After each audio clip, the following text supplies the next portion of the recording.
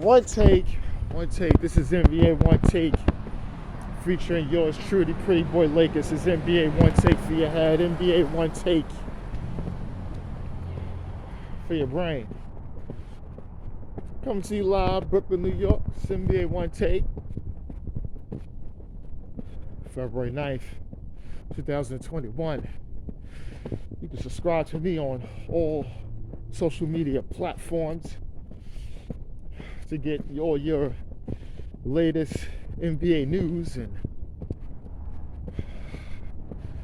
updating content. It's 3 games for me on the docket. The first game is the Milwaukee Bucks at one point beating down my Los Angeles Lakers, up by 30, and the final score is not going to let you see what actually was just out there happening. We were slaughtered, y'all. And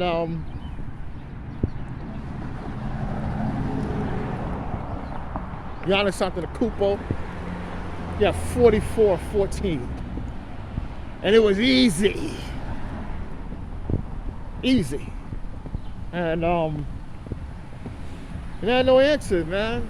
You know, and Bobby Portis is hitting a lot of shots. Chris Middleton stepping up, double-double for Drew Holiday. They was just out there outworking the Lakers. And it showed. It was just last defensively, couldn't get rebounds. Giannis out there playing big. You know, Russell Westbrook struggled. You know, he had a double-double, but he struggled from the field. Malik Monk still sparking. LeBron James, you know, doing what he's doing, but, you know, he still have lapses defensively too, man. He's older, man. He got to pick his spots and can't be flying all over doing certain things on defense. I know, but it's tough. Anthony Davis showing good signs of playing well, but we got slaughtered, and it showed. And there's nothing I could do. The season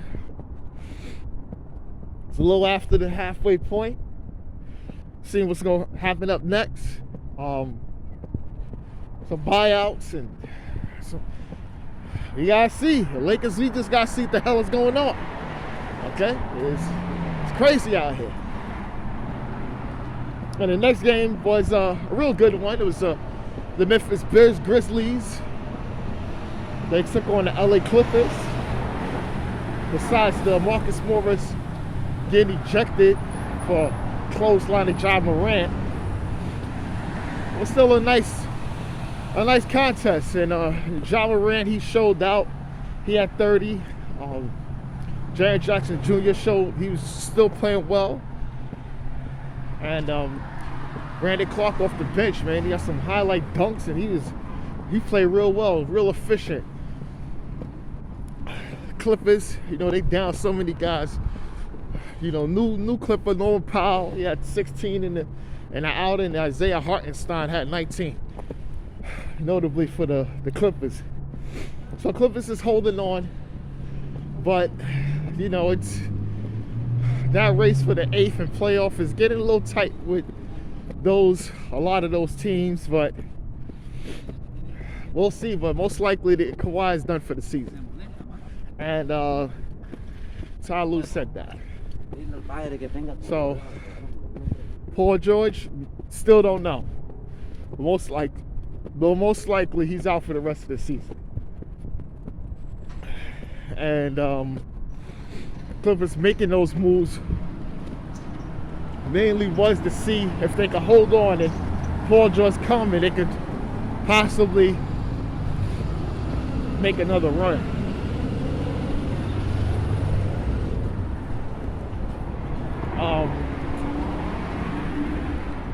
Well, Memphis continues their winning ways, and they're just beating teams, man, and they're having fun doing it. Different guys stepping up. This is fun times for Memphis Grizzlies fans. And there's some real Grizzly fans out there. Yeah, they got to be on TV more. They'll get there too, probably next season. They'll definitely get there.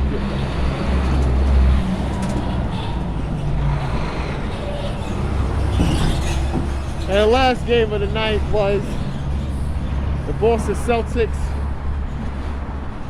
versus hometown team Brooklyn Nets at the Barclays Center. Devastation. KD out.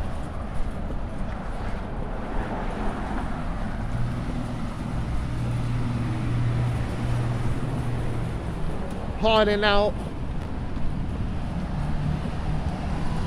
And Kyrie can't play home games.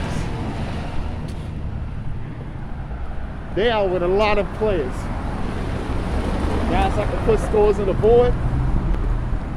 They're done.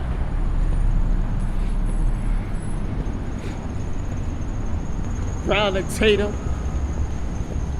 Limited easy work. Marcus Smart.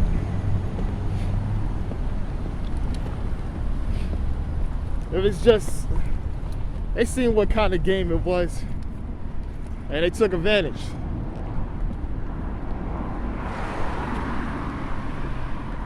And notably, Javon Carter, he had 19 to Cam Thomas.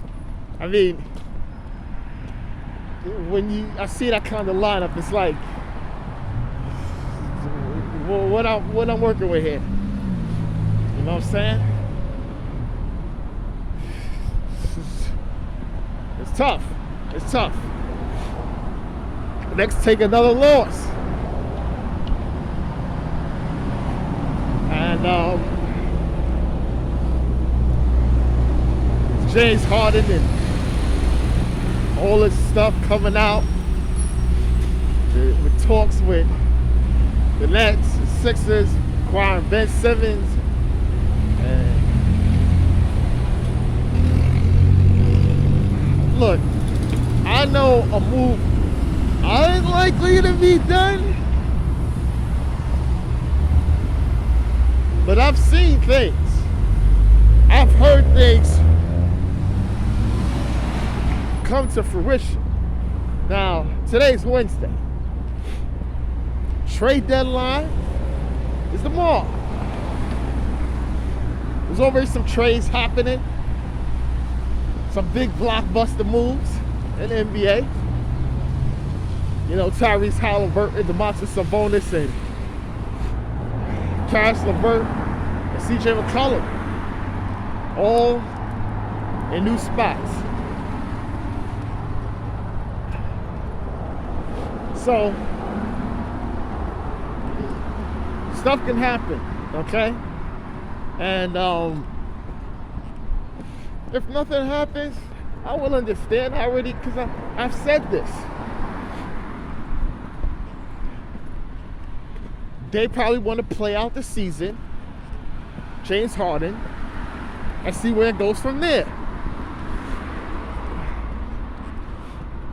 And the Nets, right? If Harden says he wants to go, the Nets will have to do a sign and trade in the offseason, because you have to get assets in return. And if you got to get Ben Simmons in a deal where the Nets probably don't want Ben Simmons, then another trade will have to be facilitated with other people.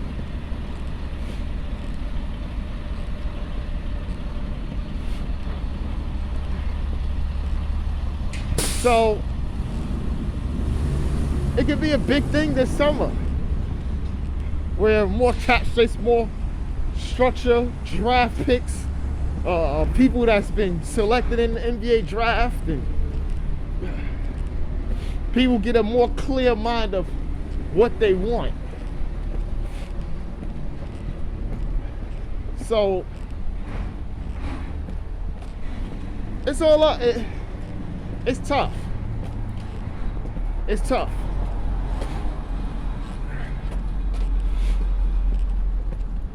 Because I don't know what the Sixers is really doing at this point. I think for the most part, they're going to play out what they have. I think there's no clear-cut best team in the East, even though the Bucks are the defending champs, right? It is the Bucks favored versus the field, which the field is a favorite versus the favorite of an individual team, right?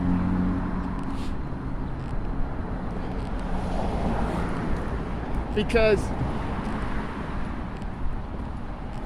you can pick people up, people get bought out.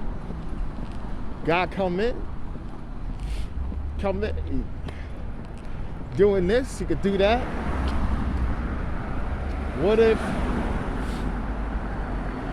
the Sixers decide to, Houston just say, we're going to let go John Wall. Sixers pick him up, come in, he spark off the bench, and he plays well. Or Goran Dragic.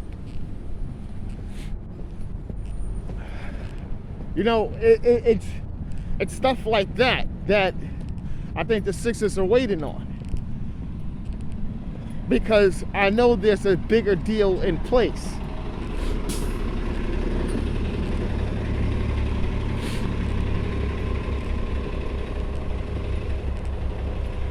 So,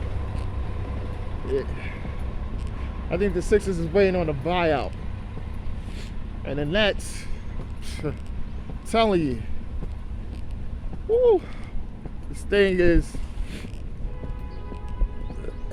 is kind of thing, because remember I said about Donovan Mitchell? Donovan Mitchell don't go to the conference finals in a spirited effort.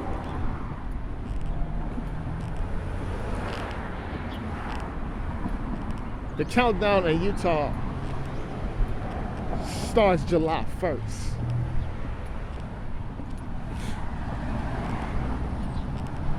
James Harden,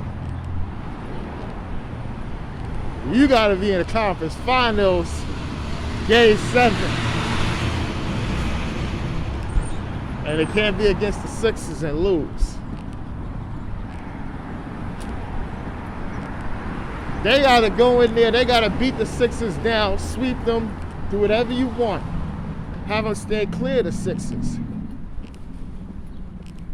case you want to go there. And then his decision to have to be made about still playing for the Nets. Right?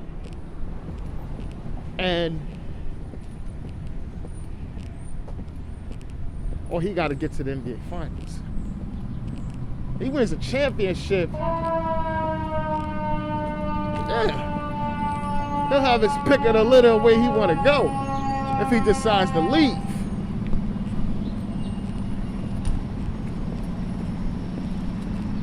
But you can't.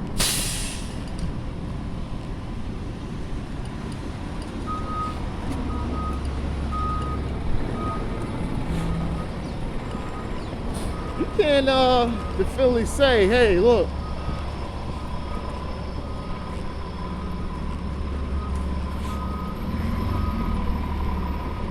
James Harden is leaving. It's tough. It's tough.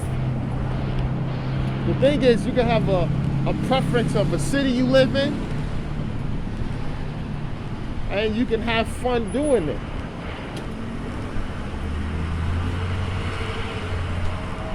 Like I said, Harden loved Houston.